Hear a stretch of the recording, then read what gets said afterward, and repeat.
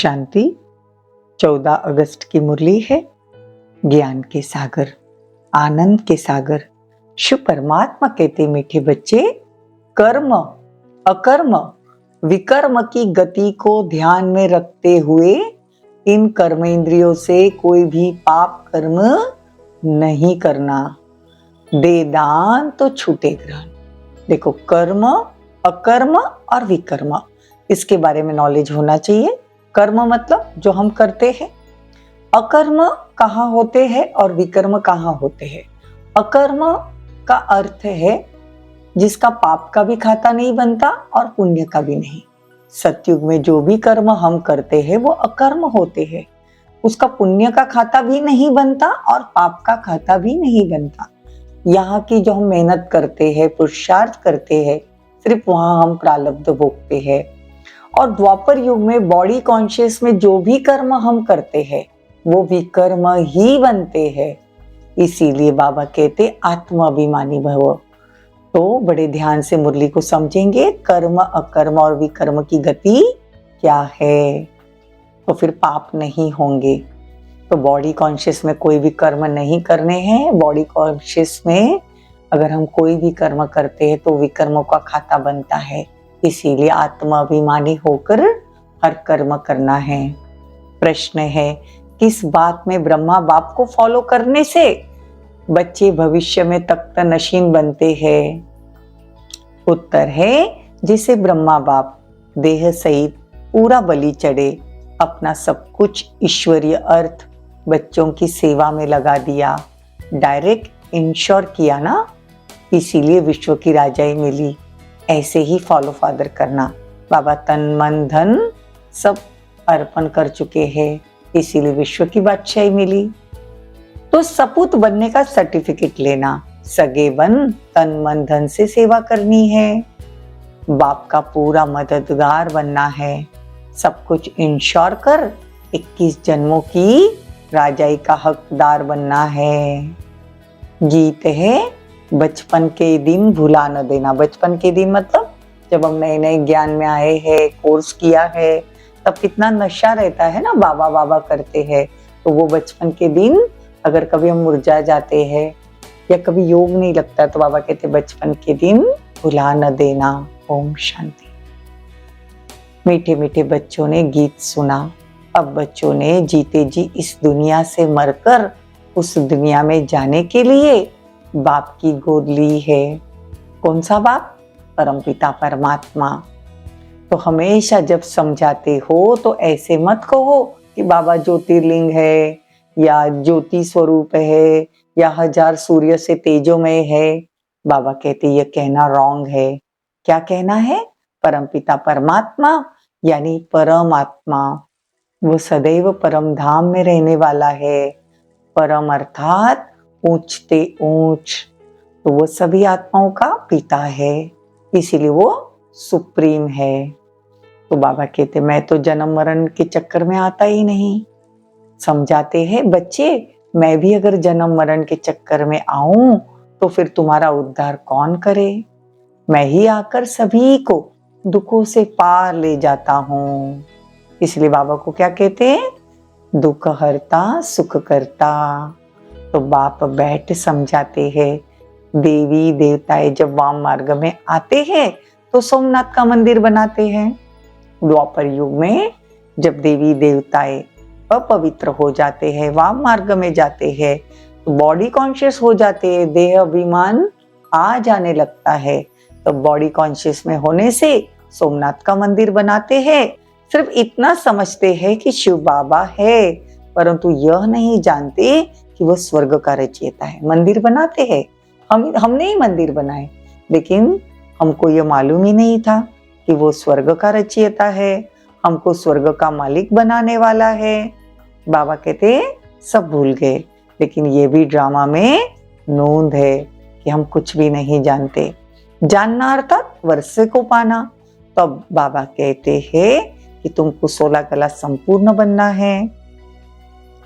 तो अगर 16 कला संपूर्ण बनना है, 5 विकारों को जीतना है, तो अब तुम्हारे को ग्रहण जो लगा हुआ है, बाबा कहते दे दान तो छूटे ग्रहण।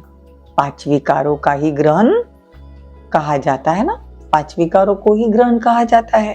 तो जिसमें तुम आत्मा दुखी होती है, काली होती है, तो बाबा कहते हैं कि हे ब्राह्मणों, तुम्हारे पास जो कुछ पांच विकार है यह मुझे दान में दे दो तो ग्रहण छूट जाए। आज से दान देकर फिर कभी उसे कुछ नहीं करना, मतलब उससे कुछ नहीं करना, मतलब बाबा कहते एक बार दान दे दिया तो फिर वापस नहीं लेना। माया के तूफान बहुत आएंगे, लेकिन कर्म इंद्रिय से क्रोध आदि नहीं करना। कर्म अकर्म विकर्म की गति को तुम समझा सकते हो। तुम्हारा कर्म विकर्म नहीं बनना चाहिए। मैं तुम बच्चों को विक्रमाजीत बनाता हूँ। तो यह राहु का ग्रहण है, दे दान तो छूटे ग्रहण। बाप कहते मेरे मीठे बच्चे, ये पांच भूतों का दान दो, इसमें पैसे आदि की कोई बात नहीं। तो ये तो बाप है ना, तुम सगे बच्चे हो, बाप को तो सगे बच्चों को मदद करनी है। तुम भी तन मन धन से सेवा करते हो, तो बाप का भी फर्ज है तुम्हारी सेवा करना। तो बाप कहते ये सब कुछ तुम बच्चों का है। तो देखो ईश्वर है ना, दाता है, तो दाता कहता है यह है ही सब बच्चों के लिए। अभी तुम मेरे पास 21 जन्मों के लिए इंश्योर कर देते हो, तो कहा जाता है सन शोज फादर। तो देखो ये ब्रह्मा बाबा के पास जो कुछ था सब ईश्वर अर्थ बच्चों की सेवा में लगा दिया। शिव बाबा को वारिस बना लिया, तन मन धन सब कुछ दे दिया। उसके बदले में अपने पुरुषार्थ से विश्व की बादशाही ली, क्योंकि डायरेक्ट दिया ना भगवान को। तो जो मदर फादर को फॉलो करेंगे वही तख्त नशीन बनेंगे, तख्त पर बैठेंगे। तो पुरुषार्थी स्टूडेंट अच्छी रीति पढ़ते हैं तो नंबर भी लेते हैं। तो देखो बाबा कहते तुम भी पुरुषार्थ कर, उच्च नंबर लो, इसमें कोई तकलीफ की बात नहीं, सिर्फ पवित्र रहना है। इसके लिए बाबा से बल भी मिलता है, तो खुशी का पारा भी चढ़ेगा। देखो हमको देवता बनना है तो कोई अवगुण नहीं होना चाहिए। 16 कला संपूर्ण संपूर्ण निर्विकारी यहाँ ही बनना है, तो कोई अवगुण नहीं होना चाहिए। तो माया पर जीत पाने से विश्व के मालिक बनते हो। बच्चे समझते हैं बाप को 5 विकारों का दान नहीं देंगे तो श्री लक्ष्मी नारायण को वर नहीं सकेंगे। तुम बच्चों को दिल दर्पण में देखना है कि मैं कर्म इंद्रियों से कोई गलत कार्य तो नहीं करता हूँ। माया के तूफान तो आएंगे, जबरदस्त आएंगे, लेकिन बाबा कहते हैं डरना नहीं। माया खूब वार करेगी, लेकिन तूफान से डरना नहीं। बाप के बने हो तो ये बचपन के दिन भुला न देना। देखो बाबा कितना प्यार से बच्चों की समझानी करते हैं।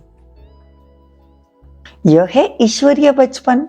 ईश्वर की गोद में एक बार आए हो, फिर देवताई गोद में 21 बार जाएंगे। देखो इस बार हम भगवान का बच्चा बनते संगम पर, तो बाबा कहते बनते एक बार हो, लेकिन सतयुग में फिर 21 जन्म तुम देवताई पद पाते हो, वहां जन्म लेते हो।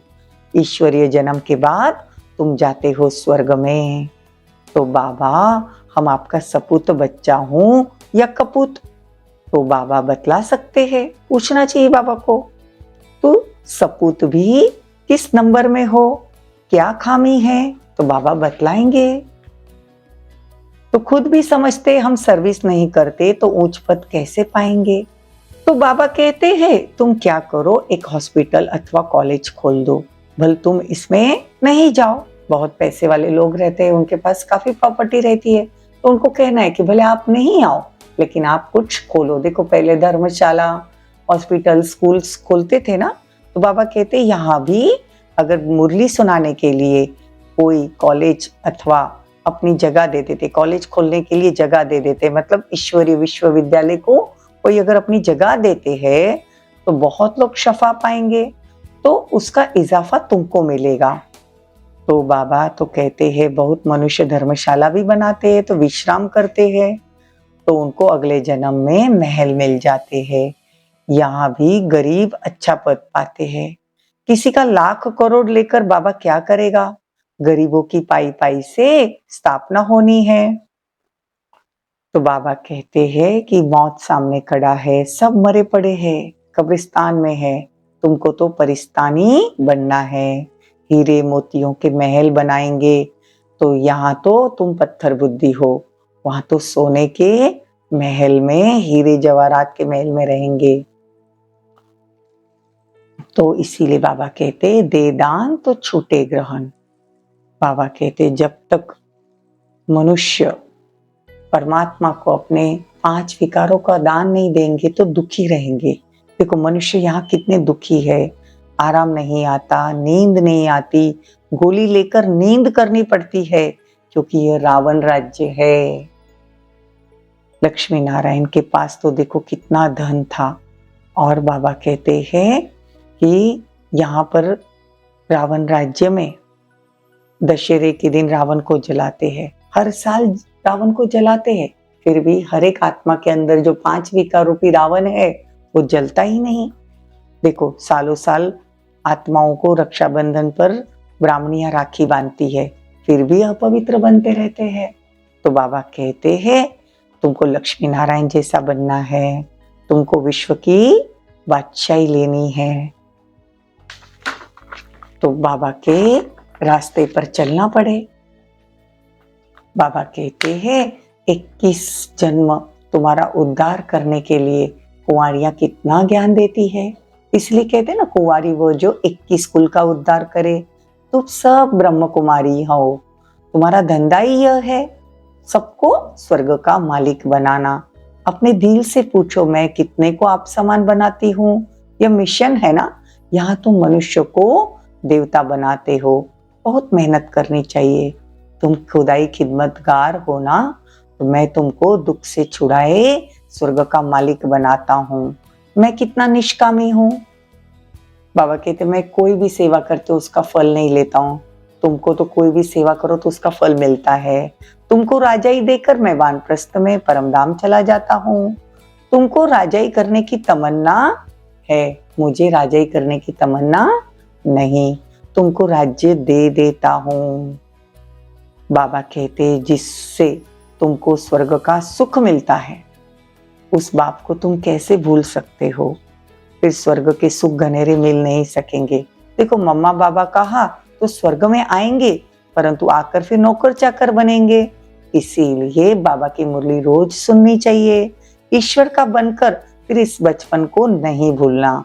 देखो असुरी संतान से बदल तुम ईश्वरीय संतान बनते हो, फिर दैवी संतान बनेंगे।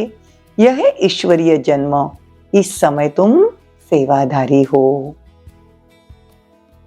तुम हो रूहानी सोशल वर्कर। अच्छा मीठे मीठे सिकिलदे बच्चों प्रति माता पिता बाप दादा का याद प्यार और गुड मॉर्निंग। रूहानी बाप की रूहानी बच्चों को नमस्ते। हम रूहानी बच्चों की रूहानी माता पिता बाप दादा को याद प्यार गुड मॉर्निंग नमस्ते थैंक यू बहुत बहुत शुक्रिया। धारणा के लिए मुख्य सार, ईश्वरीय जन्म के लिए कोई भी अकर्तव्य नहीं करना। ईश्वरीय जन्म लिए है ना, तो कोई भी अकर्तव्य नहीं करना। सपूत बच्चा बनना, अवगुण निकाल देवताई गुण धारण करना। खुदाई खिदमतगार बन, रूहानी सेवा से सबको आप समान बनाना। 3 पैर पृथ्वी के लेकर रूहानी हॉस्पिटल व कॉलेज खोल देना। तन मन धन से पूरा मददगार बनना। वरदान, कर्मयोगी बन, हर कार्य को कुशलता और सफलता पूर्वक करने वाले। चिंता मुक्त भव। देखो कई बच्चों को कमाने की, परिवार को पालने की चिंता रहती है, लेकिन चिंता वाला कभी कमाई में सफल नहीं हो सकता।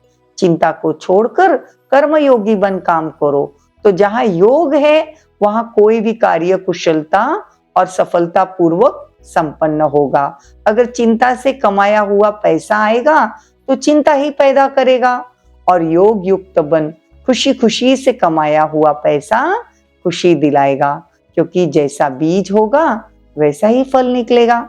स्लोगन, सदा गुण रूपी मोती ग्रहण करने वाले होली हंस बनो, कंकड़ पत्थर लेने वाले नहीं। ओम शांति।